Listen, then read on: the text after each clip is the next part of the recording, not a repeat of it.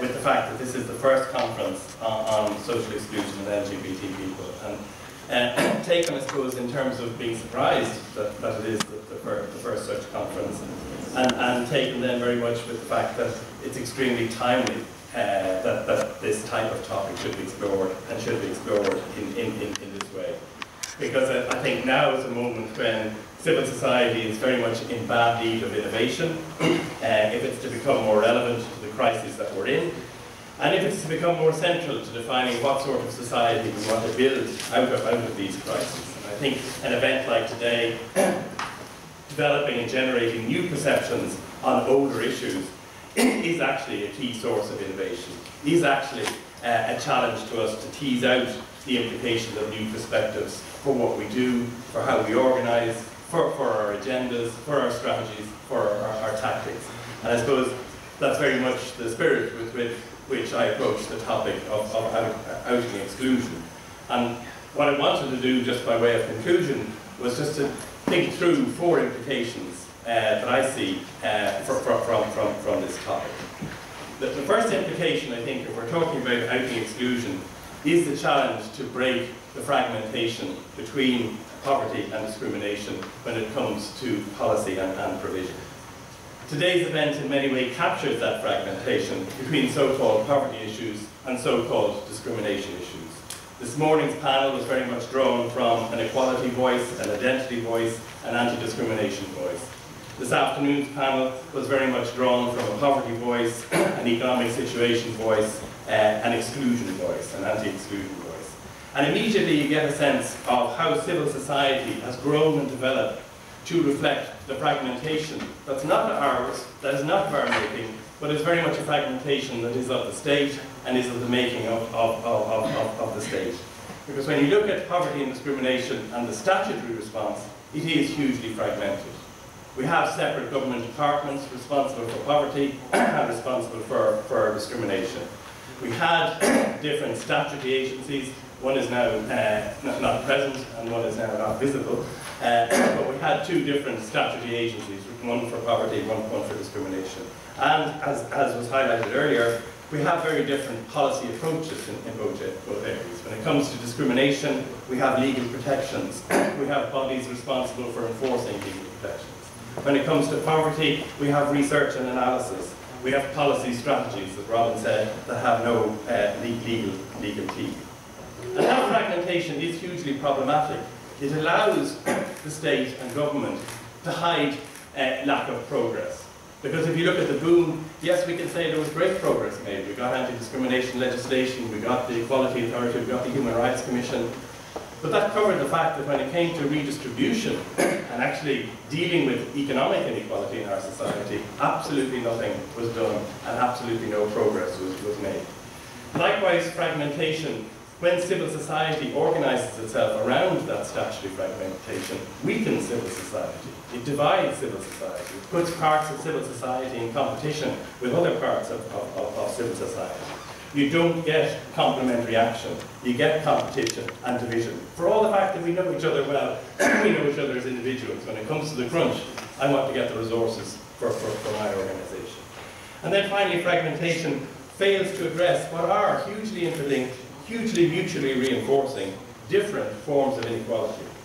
Because poverty and discrimination are 2 distinct forms of injustice, but both, as Robin has said, create barriers to participation in our society.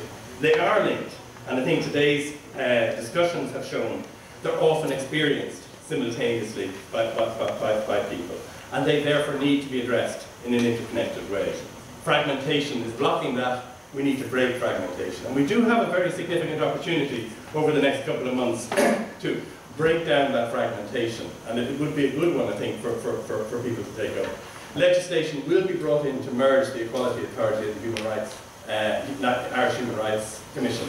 And that legislation will introduce amendments into our equality legislation.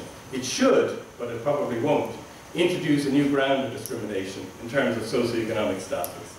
That would allow the interlinkages between these issues to be teased out, worked on and developed.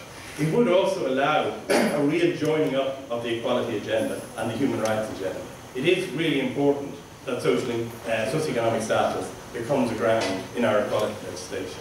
And yet no civil society voices outside of the Equality and Rights Alliance have been raised in support of that change. We need to hear a demand for breaking with fragmentation, for policy and provision that actually integrates issues of discrimination with issues of poverty. The second implication of, I think, the discussions about outing exclusion are about broadening our equality agenda. I really liked Michael's presentation at the start of this afternoon, but I didn't agree with the fact that we need to move from recognition to redistribution. I don't think we need to change it, we need to broaden it. I think we need to take a broad perspective on equality. We do need to see equality as centrally being about redistribution and who has access to income, to jobs, to wealth, to education, to health, to accommodation. But that need not be at the expense of the interlinked objective of seeing equality as being about the status and standing different groups have in our society, how difference is viewed in our society, how difference is accommodated in our society, and how stereotyping can be eliminated in our society. Equally, I think as well, we have to be concerned about equality of representation in terms of power and influence in our society and who gets to have a say in decision making in our society. And then again, as Michael did raise, I do think we have to be concerned about equality in terms of relations within our society. Who gets access to relations of love, of care, of solidarity? Who has to suffer relations of abuse and exploitation? So I think today challenges us to broaden out our understanding of equality, to encompass redistribution, to encompass recognition, to encompass representation of power, and to encompass relationships of respect, because they are all interlinked, that we don't get one without getting the other. We don't get redistribution in a way that generates equality without recognition in a way that recognizes difference and celebrates difference, and likewise with power and representation.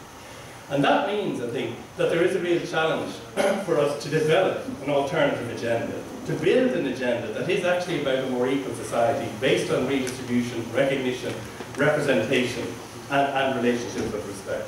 Because we have bits and pieces of that agenda, we haven't built an overall convincing, substantive agenda for a more equal Ireland. And there's a huge challenge, I think, to put bones on that agenda and to detail that agenda in a way that is convincing to people and can win greater popular support.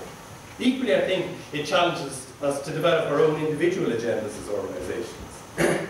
There's an onus on LGBT organisations, yes, to take on issues of social exclusion and poverty. There's an onus on poverty and social inclusion organisations to take on the issues of LGBT people living in poverty.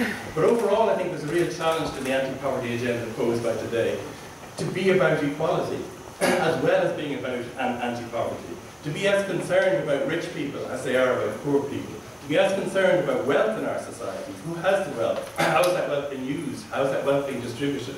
As it is to be in terms of being poor and what being poor means in our society. And then finally, I think it has an implication for our own internal processes as organisations. That if we're serious about acknowledging intersectionality, the fact that any group we work with, like Kieran has talked about in terms of older people and LGBT people, we have to be conscious of how difficult is it for the person who's from the minority part of that group to have a real say in our organisation. How difficult is it for us as an organisation to be accountable to those minorities. We don't do that well in civil society. And you keep hearing stories of how it's not working well, and that's how we fragment more and more, because it's safer, it's easier, it's less trouble, and we've got to take on those challenges. The third implication is about building new forms of organisation. If we want to move away from fragmentation of discrimination and poverty agenda, we have to find new ways of organising. Rita talked very powerfully about forms of solidarity. They will be central to new forms of organisation. She also said it's not easy to take on, and that is the reality. We need to see organisations using their public voice to take up issues and articulate the issues in an informed way of other groups. That we need to hear anti-poverty organisations speaking powerfully about legal recognition of trans people. We need to hear anti-poverty organisations speaking powerfully about issues of same-sex marriage. And unfortunately, that's hugely rare, because the space for our public voice is so limited that we ration it very carefully, we use it very carefully. But the reality is, without clear expressions, and public expressions of solidarity, we can't hope to bring out the intersectionality in our constituencies, because it won't feel safe to come out as an older person in an LGBT organisation, as an LGBT person in an anti-poverty organisation. Secondly, in terms of building new forms of organisation, we do have to be concerned with alliances, that we don't do alliances terribly well in an Irish context. We need to build new alliances around shared issues. But above all, we need to invest in existing alliances around shared issues. Alliances like the Equality Rights Alliance, like Claiming Your Future, and like many others that I can't think of at the moment. But we don't invest our time and resources in these alliances because we're under too much pressure. The organisation's funding is at risk. We don't know if our contracts are going to last forever. We turn in on ourselves. We look in on our organisation. We're not in alliance mode at a time when, crucially, we need to be in alliance mode because we are not having an impact. We are not powerful, and we will not be powerful as long as we remain fragmented and in our separate organisations, looking in at our separate organisational issues. But equally, I think we've got to go beyond solidarity and alliances. That we need to move beyond, because they still reflect fragmentation. We need to find new forms of organisation that don't reflect fragmentation, if we're to have real impact, if we're to be able to mobilise people in a real way, and if we're to move beyond the very limited public voice that we have. And remember, the rationale, I think, for fragmenting policy in this area is to weaken the voice of those who experience poverty and discrimination. And it is successful, and we need new forms of organisation to move beyond that. If we're to have an empowered civil society, we do need solidarity, we do need alliances, but above all, I think we need new forms of organisation that are capable of developing and defining different agendas, working in different ways on those agendas, and achieving real power behind those agendas. The fourth and final implication, I think, is about meeting the challenge of political unresponsiveness, which is very evident, I think, in the current context of crisis. When we raise LGBT issues as poverty issues, or issues of redistribution, we will come up against the political perspective on poverty. And Robin has to identify that as one of significant unresponsiveness. Our politics at the moment is characterised by unresponsiveness. Politicians take pride in taking the hard decisions. They take pride in resisting vested interests. But the hard decisions are those that impact on people living in poverty. The vested interests are people living in poverty.